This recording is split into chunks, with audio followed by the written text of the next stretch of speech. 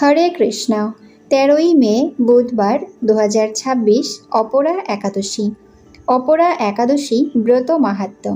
মহারাজ যুধিষ্ঠির শ্রীকৃষ্ণকে বললেন, হে কৃষ্ণ, জ্যৈষ্ঠ মাসের কৃষ্ণপক্ষীয় একাদশীর নাম কি এবং তার মাহাত্ম্যই বা কি আমি শুনতে ইচ্ছা করি।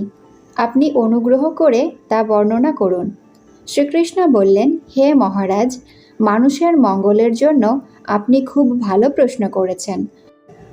বহু পুণ্য প্রদানকারী, মহাপাপ বিনাশকারী ও পুত্রদানকারী এই একাদশী অপরা নামে খ্যাত। এই ব্রত পালনকারী ব্যক্তি জগতে প্রসিদ্ধি লাভ করে। ব্রহ্মহত্যা, গোহত্যা, ভ্রূণহত্যা, পরনিন্দা, পরস্ত্রী গমন, মিথ্যা ভাষণ প্রভৃতি গুরুতর পাপ এই ব্রত পালনে নষ্ট হয়ে যায়। যারা মিথ্যা সাক্ষ্য দান করে, ওজন বিষয়ে ছলনা করে, শাস্ত্রের মিথ্যা ব্যাখ্যা প্রদান করে, জ্যোতিষের মিথ্যা গণনা ও মিথ্যা চিকিৎসায় রত থাকে, তারা সকলেই নরক যাতনা ভোগ করে। এ সমস্ত ব্যক্তিরাও যদি এই ব্রত পালন করে তবে তারা সমস্ত পাপ থেকে মুক্ত হয়।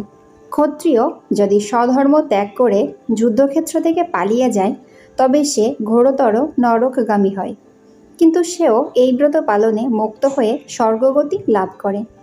মকর রাশিতে সূর্য অবস্থানকালে মাঘ মাসে প্রয়াগ স্নানে যে ফল লাভ হয়, শিবরাত্রিতে কাশীধামে উপবাস করলে যে পুণ্য হয়, গয়াধামে বিষ্ণু পাদপদ্মে পিণ্ডদানে যে ফল পাওয়া যায়, সিংহরাশিতে বৃহস্পতির অবস্থানে গৌতমী নদীতে স্নানে, কুম্ভে কেদারনাথ দর্শনে, বদ্রিকাশ্রম যাত্রায় ও বদ্রীনারায়ণ সেবায়, সূর্যগ্রহণে কুরুক্ষেত্রে স্নানে, হাতি ঘোড়া স্বর্ণদানে এবং দক্ষিণাসহ যজ্ঞ সম্পাদনে যে ফল লাভ হয়, এই ব্রত পালন করলে অনায়াসে সেই সকল ফল লাভ হয়ে থাকে।